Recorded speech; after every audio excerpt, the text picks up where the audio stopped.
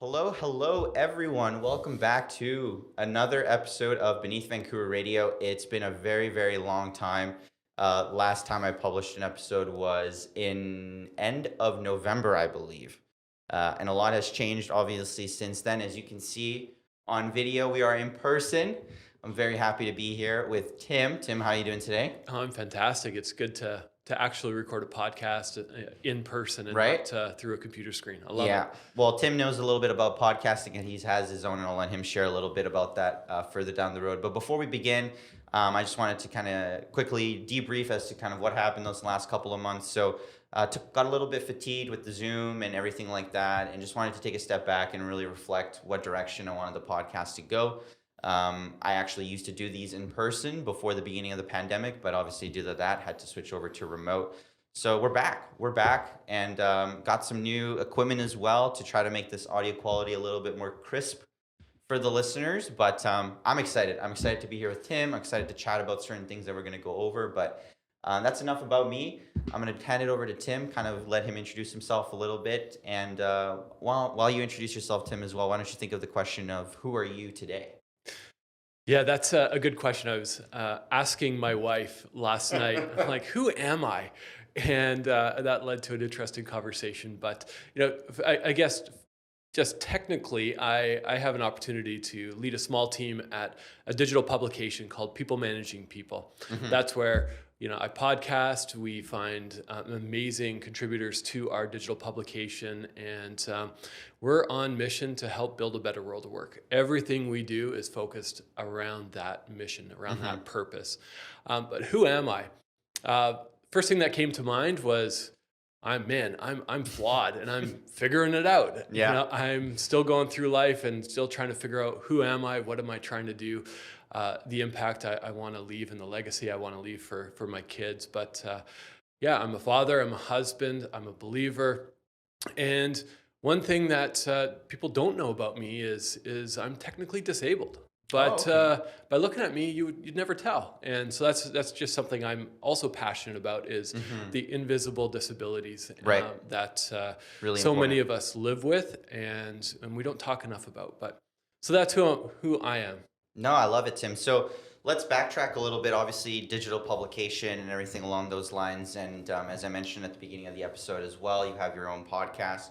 It's always nice to chat with other podcasters, and we chatted a couple months ago before we were able to finally hop on and do this podcast in person. But why don't you share to the listeners and everyone at home right now who's tuning in or wherever you are about your podcast a little bit and sort of what it's about, because I think it's really interesting, and I think it's also a topic that maybe some people might find interesting, especially in this sort of ever-changing workplace as well.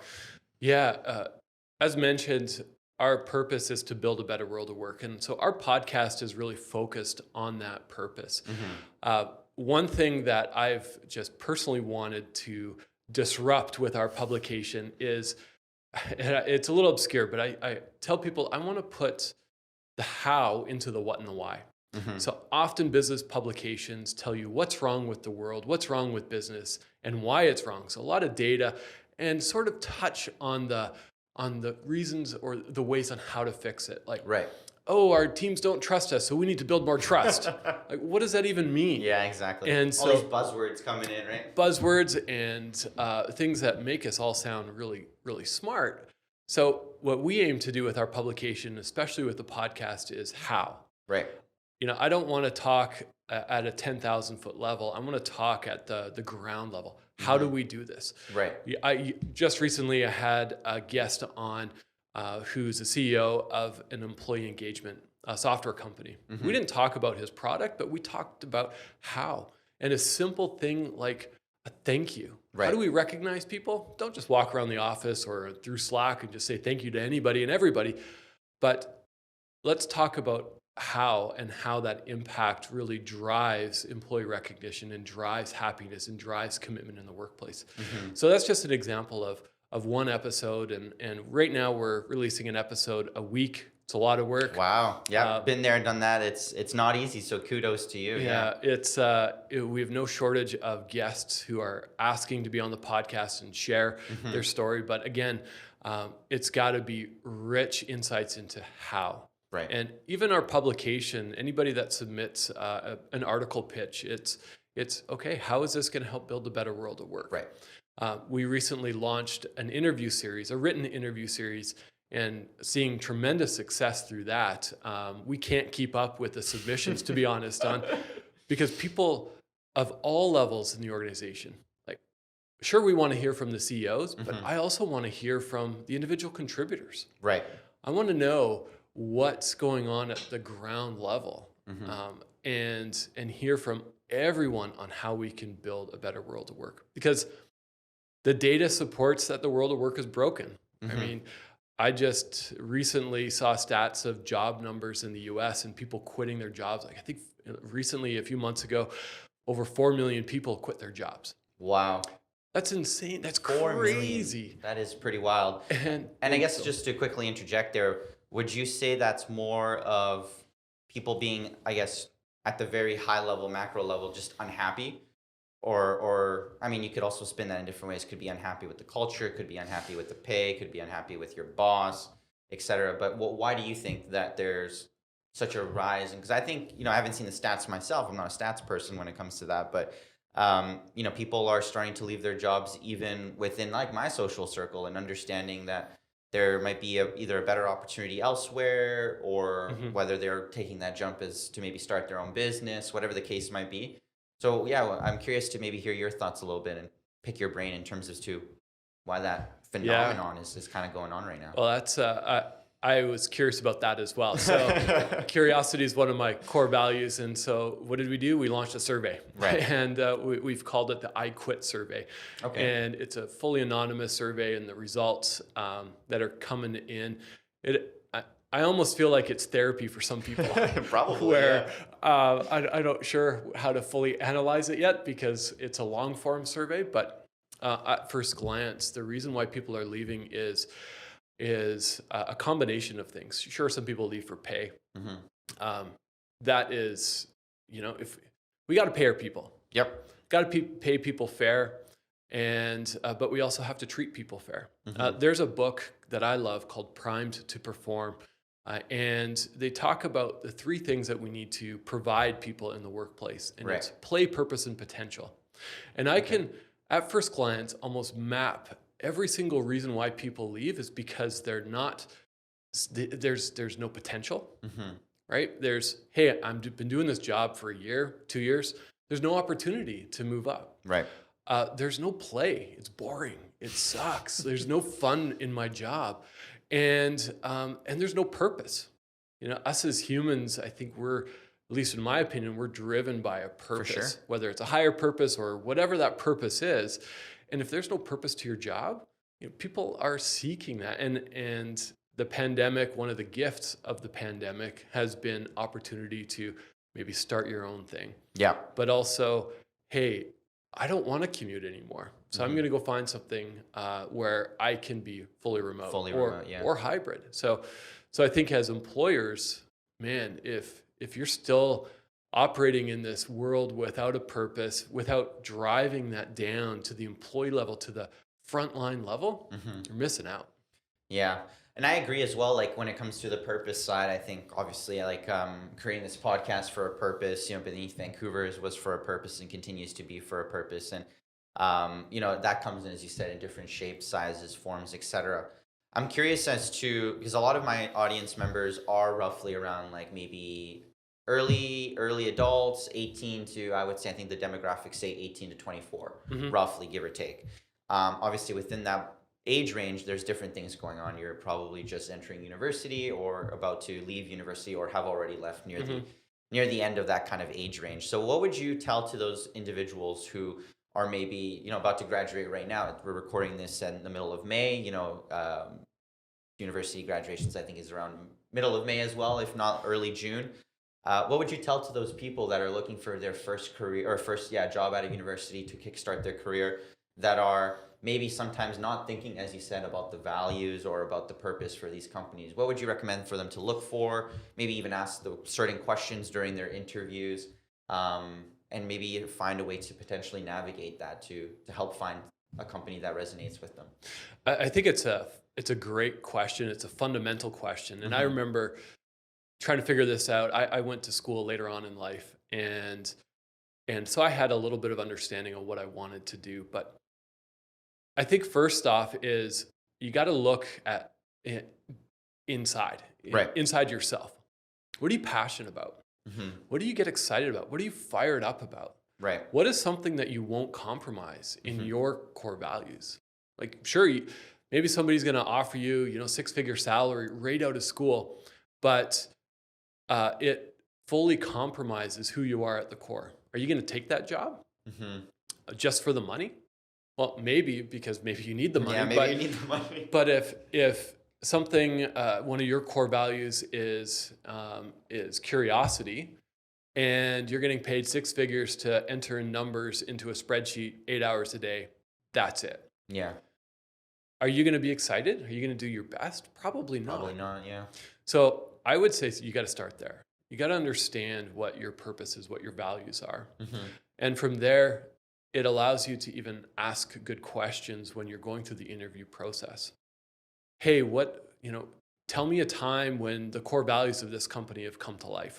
Right. Yeah, that's important too, because sorry again to cut you off, but I see a lot on especially I think the new tech startups or just startups in general. Like these are their values, people first, family first, etc.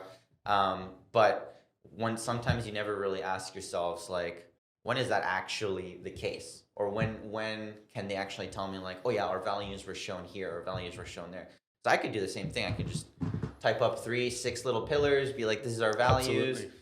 Bing, bada, boom. No one's going to ask any questions because they see the website and that's it. And if you don't actually see it, if you don't actually experience it, who actually knows? So it's good that you brought that up. And sorry to interrupt. It's so fundamental. I remember taking my first job and being 6 months into my first job out of school and being absolutely miserable and realizing, why did I take this job? Yeah. I did some internal work, and it's like, wow, I was making really good money. Mm-hmm. I found another job. I took a pay cut of about 30%. Wow. Which was huge, Yeah. Trying to pay rent and car payments, and I was about to get married, and it was huge. Stressful, to say the least. Very stressful. But I took that pay cut, and I ended up staying at that company for almost 10 years. Wow. And why? Because I had an opportunity to grow my career. I started off in a very entry-level job. I leaned into my core values, and within a year, I was leading a team. Within 2 years, I was a director at the company. Mm-hmm. And sure, that doesn't necessarily happen all the time, but if you're taking a role specifically just, I'm going to make good money, this is an awesome title, it might work out for you. Right. But it might not work out for everyone. Right. So my advice is lean into who you are. Find a job that gets you excited, a reason to get out of bed. The money is going to come. Right. It will. It might not come within the first year or 2 years, but it will come, and you'll be able to build a living. Yeah. I was talking with a recent student, a recent grad, and was listening to their salary expectations, and I almost hit the floor. Yeah. I'm like, man, I can't afford to hire you. Yeah. And do you think that's because of experience could be subjective. It could be obviously recent grad. They might not have, working experience or professional experience. I'm using air quotes for those who are tuning in on the audio format. Obviously, they might do co-ops, internships, personal projects, and stuff like that. So I guess that's another question as well, like on the salary side, because it can be very taboo. Yeah. Tableau, I think, is a platform or software. Software, yeah. Taboo. Sorry about that. It can be very taboo to talk about, right? Or even amongst peers, right? I think that's sort of the stigma or whatever it might be. So, do you think that was just because of the times, obviously inflation all-time high almost, and like gas, or is it just sort of like, you know what, this is what I'm worth? I think, take it or leave it. Yeah, I think it's a good point. I think we can't undervalue our worth. Mm-hmm. For me, it's, when I came out of school, I thought I was worth a whole lot more. Took a job, I was miserable. So then I took a job at about half of what I thought, or Yeah. a significant pay cut of what I thought I was worth. And so, worth aside, what is the opportunity? What do you have to gain to learn from Right. that opportunity? Right. So if I offered somebody a job and at maybe market salary, but it didn't meet your salary expectations, Right. but the learning opportunity would catapult your career, would you take it? And Yeah. maybe you can't afford to take it, Right. but I think any employer potentially listening is pay your people well. Just remove that financial burden or financial stress. Right. That's the one thing what we can do as employers is again, pay our people a living wage. We have to do that. Yeah. Inflation is at an all-time high. For me to offer a salary of, a salary increase of like 3%, you're losing money every single month. So if we can take care of that, and a lot of employers need some help on that. But if you're entering the workforce, if you're listening to this, ready to enter the workforce, got your suit on already. got your suit on, exactly like us, in our Yeah. in our 3-piece suits. I think it's important to weigh your option of what can I gain from this position? How can I learn to become an expert in something? So my next role, I will be able to, put money away into RSPs and saving and things like that.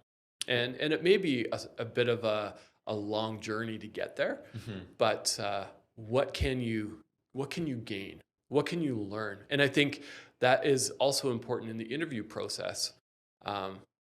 Interviews, I've interviewed I don't know how many hundreds of people in my career, and often I don't get a lot of questions. Yeah.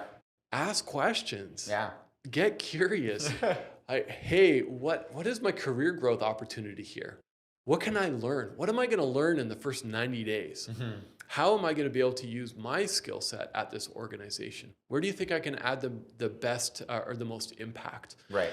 To me, if you've landed an interview, that company has looked at your resume and said, okay, they have the ability to do this job. Yeah.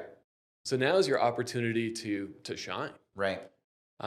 People that I've hired are people who ask great questions. I mean, great personality. It also plays into it. It's got to be. I don't look for culture fit. I look for culture add. But people who are interviewing me as well as, and it's not just me interviewing someone. Yeah, it's a two-way street, and I think not a lot of people, myself included. I remember when I was first kind of applying for a lot of opportunities back in my third, fourth year. Again, kind of pivoting into the marketing space as a kinesiology major. A lot of the times I was like, what questions do I ask? And there's a good mentor of mine, and she was like, well, you just got to ask the questions that you really want to know and figure out and dive, as you said, a little bit deeper, peel the orange or peel the onion, whatever the saying is, and just be able to really look into, as you said, what would I do here on a day-to-day basis? What's sort of like the work culture like? As you said, the values thing, when has that come into play? And a lot of the times you get a little shell-shocked. Because obviously you're probably a little bit nervous going into the interview. You're sweating, you're fidgeting and stuff like that. I know I am, or I was, especially when I go into an interview. Not so much now, it's remote, so I can probably be in, my PJs or something a little bit more comfy. But it was a matter of sometimes, even at the end, the employers sometimes will say, like, do you have any questions for me? Or you can kind of tell when it's about to fizzle out. Just chime in. Just be like, oh, hey, actually, do you have a quick second? Have some time for a question or so. Or maybe don't give them 10, but maybe, solid 1 or 2 that maybe are top of mind, depending on how the conversation went. I think is really beneficial for you to stand out, to also see that, hey, I'm also, as you said, a little bit curious or intrigued about the role or about the company. And, sometimes those questions will get them thinking of like, oh, yeah, you're right. Actually, I'm not sure when the last time our values were shown at the company level or something like that. So I'm curious if we can pivot into something that you mentioned along kind of your answer there, that you hire for culture add, not culture fit. When you said that, it kind of got my head spinning a little bit or my brain going, because we hear about culture fit a lot, right? Yeah.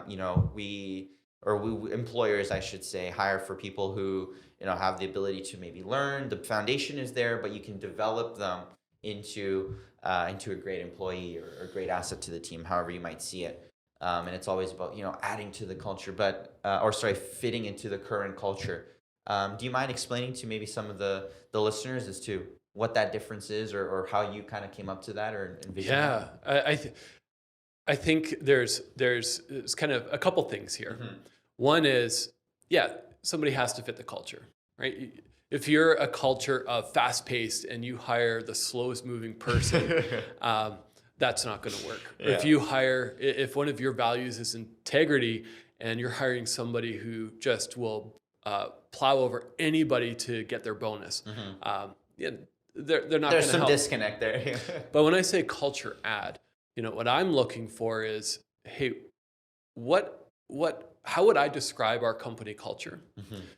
Do we have an opportunity to help build that culture? Right. Like our CEO, People Managing People is a media company that belongs to another company called Black and White Zebra. Okay. BWZ.com. And our CEO recently said, hey, one of our values is fun, and we're not having fun.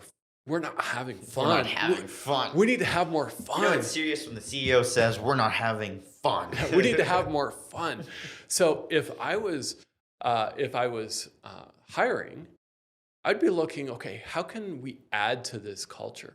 How can we help build this culture of fun, this culture of adaptability, iterative, this culture of fast-paced? That's what I'd be looking for. Right. Is looking for people who can help elevate our culture and take it to that next level. Right. So one is, you've got to fit the culture. So it's not just, scrap culture fit, just purely culture add. One is, you got to fit the culture. Two is, how can this candidate, or if I was being interviewed, how can I add to the culture? Right. And if you are going into an interview with a company, take a look at their LinkedIn, look at their Instagram, look at their social, look at their About Us page, and start thinking about, how can I add to this culture? And use that as an opportunity to use that as an opportunity for your answers in those interview questions, but also your questions. Hey, where do you think your culture is needing help, needing support? Oh, interesting. Oh, okay. Well, this is what I believe I can add to your workplace culture. Interesting. Yeah, I think that's very important. And sometimes people often forget, obviously, again, especially now, would you say we're remote first right now? Like generally speaking? I would say bit of a curveball there. I would say we're hybrid/remote first. Okay. So what I was going with that is that it might be a little bit difficult even more now to do the culture side because of the aspect that, you've got people from all over the world working different time zones, asynchronous, synchronous, whatever. And sometimes the culture can be, get swept under the rug. At my first company that I worked at, it was a great culture fit, even though I was remote. But I could tell that a lot of the people there who were working there were there for similar reasons.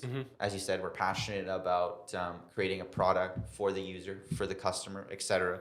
And the culture just kind of embedded throughout, not just our outings or our happy hours or whatever the case might be, but as an opportunity to come together as a group of people, as people who love, what we were doing, and just having fun while doing it. I think that's really the most important part.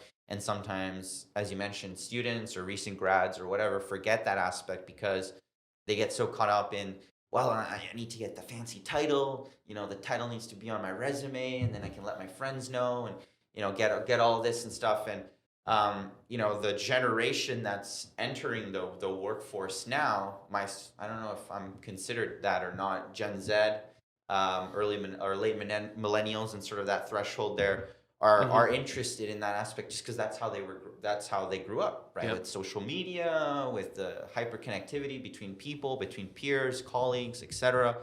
And the need of maybe sometimes, obviously, unfortunately, comparing yourself to the next person or the person on your Instagram story or on your TikTok of like, why am I not there? Why does this person same experience, same age? Why are they, the director of marketing or whatever the case might be, marketing manager, and I'm just the marketing coordinator? Obviously, you're not just that. I'm using it for the sake of the example. So maybe I guess passing it over to you with obviously your years of experience and you've seen I would say the workforce develop in terms of how it's gone from even pre-pandemic to pandemic to now whatever limbo awkward stage we're at now. I don't even know. We're not done with the pandemic, but it's also obviously not as thankfully as it was bad at the beginning of March of 2020. What's sort of that development and that evolution, I guess, of the workforce, and especially for the younger generation? How would they navigate that? Turn off social media. Okay. Simple. Yeah, we're going to promote this on social media. Yeah. So just follow Beneath Vancouver and People Managing People. That's it. That's all it. you got to do. Nothing else. Just turn off everything else. You don't need it. What we see on social media is what people want to share. Right. Do we remember that, or do we often forget that? I forget that. Right. If you're looking at somebody maybe you graduated with, or somebody who graduated a couple years ahead of you, and they're a director of marketing, to your example. Yep. And they're sharing that they're having so much fun on social media. The exec retreats and Are they having fun? Yeah.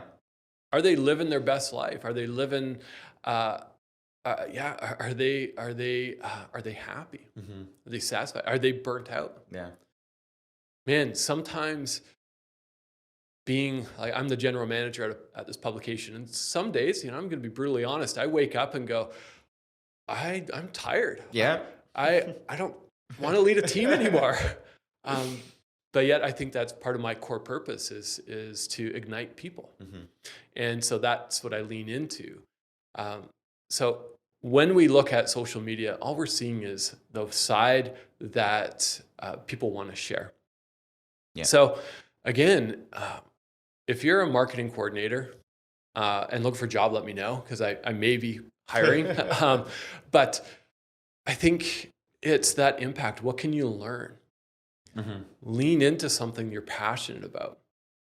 Just because you have a fancy title doesn't mean, or just because somebody has a fancy title doesn't mean they know how to do the job. Right. You could be at a startup of 5 people as a director of something, and they're just like, and you're answering emails, you're writing email templates, you are doing the coordinator's job with a fancy title. Right. That's where, again, don't get me started on job titles, but often we see that title and we get confused. I remember taking a job for a fancy title and thinking it was a senior role, but it wasn't a senior role. Right. It was answering emails. It was coordinating. It was a little bit of everything. Yeah. Sure. Administrative As well as sitting at the exec table. So titles aside, social media aside, I'm going to go back to, lean into getting curious. Right. If you look at someone again who is that director of marketing and you're a marketing coordinator and thinking, I'm just going to apply for every director of marketing job. Well, do you really want that responsibility? And maybe you do. Are you skilled? Do you have the skills to do it? Maybe you do. Go for it. But if you don't, find a mentor. Map out where your skill gaps are and lean into that. Right. Get curious. Take courses. Find opportunities to lean in to build up that skill set. And the title's going to come. It will come. And again, if that's all we're chasing is that title, sure, come work for me. I'll give you an exact title, but that's not what I need at our publication. What we need is that frontline support. Right. And lean into that, and it's going to grow. Yeah. I think those are very important things for, again, the audience to hear, and even myself, obviously, still pivoting the workforce and, still navigating what that means and everything along those lines. It's important to hear from someone as experienced as yourself who has, again, seen it for most part, almost all of it now, or the development of how things have evolved and everything along those lines where, you're just getting started. I think that's really important to emphasize too. You're just getting started. I think I talked about this in my little weekly YouTube series, shameless plug, Catching Up with Aaron. If you haven't heard of that already, make sure to check it out on my socials. The first episode was about navigating your 20s. Yeah. And that's such an interesting spot in your life where different people are at different stages. And heck, that could probably even transition into your 30s and 40s and whatever is down the road as much as you can, because you're never always, I guess, for some people, obviously satisfied, or you always want to chase that next thing or get up the next, ring of that or next step of that ladder or whatever. Of, hey, it's a day by day thing. Like, you got to really understand who, again, as you said, core values, who you are as a person, what you can't sacrifice. If you're passionate, if you're curious, whatever the case might be, really understanding that. And I think one of the core messages from today's conversation, that, it's a game of time, and you're not going to get it right away. Yeah, it's a game of time, and it triggered me to remember some of the worst advice I ever received about career. Let's hear it. And I was working at a rather large company. I was just fully focused on climbing that corporate ladder. And I had an opportunity to take on a pretty significant role within the organization. It would have been a fancy title and big pay. But one of the caveats was I would be on the road about 3 weeks out of a month. And at that time, my son was quite little and my daughter was just born. And the advice I got was, hey, if you want to excel here in your career, we all had to sacrifice family for our career. About a month later, I handed in my resignation letter because I knew that that would compromise me at the core. Yeah, the values of Tim. My core values is faith, family, authenticity, curiosity, and fun. I tried to convince myself, I tried to convince my wife that this would be a good opportunity. I would have an opportunity to travel all throughout Europe and Asia, but at what cost? Yeah. I had already sacrificed a lot for family. I found out we were having my son when I was in Germany. Ooh. My daughter took her first steps when I was in Japan. Right. That sucked. Yeah. That was hard. It's a once in a lifetime thing. Even recently, my son had his first track meet, and I was already booked up. I couldn't move things around. And to me, that's important. It might not be important to you. Maybe you don't even have a family. You're not even thinking about a family. But what's important in that is a couple things. One, seek advice from people that you trust. Two, find a mentor who can guide you and coach you and lead you and tell you honestly where your gaps are. Three, lean into those skill gaps or those interpersonal gaps. And four is have fun. Like, just have fun in what you're doing. If you're going to work every single day and are miserable, man, that sucks. Yeah. It sucks. And there's periods in life where, you have to do it. But if you lean into those four things, I believe doors are going to open. I love it, Tim. I really do. And I think that's a really good segue, kind of unfortunately nearing the end of our episode now, but it wouldn't be a Beneath Vancouver Radio episode without the infamous question or famous question, depending on how you want to see it, of what piece of advice would you give to your younger self? I know you touched upon it right now, just with those four things that you emphasize. Outside of that, any other quick little tidbit that you want to finish off with? Yeah, I was reflecting on this just before the episode, and my younger self, I was way too serious. I was just focused on making money because I needed to buy a house. And I grew up in a small town in the middle of nowhere, BC, where you could buy a house for under $100,000. So not possible anymore, but that's what I was focused on. Get you a shoebox at this point. I know. And if I look back, I would say I would have just leaned into those four things. I wish I had taken a few more risks. I wish I had traveled, which I didn't do. And I wish I just didn't take life so seriously. That's important. Enjoy it. Enjoy the small things. Enjoy the time you have, like with loved ones, friends, family. Sometimes that's hard to really reflect on, especially in this go environment that we live in now. Yeah, it's maybe not a positive thing to end on, but No, we don't know when the end is. Yeah.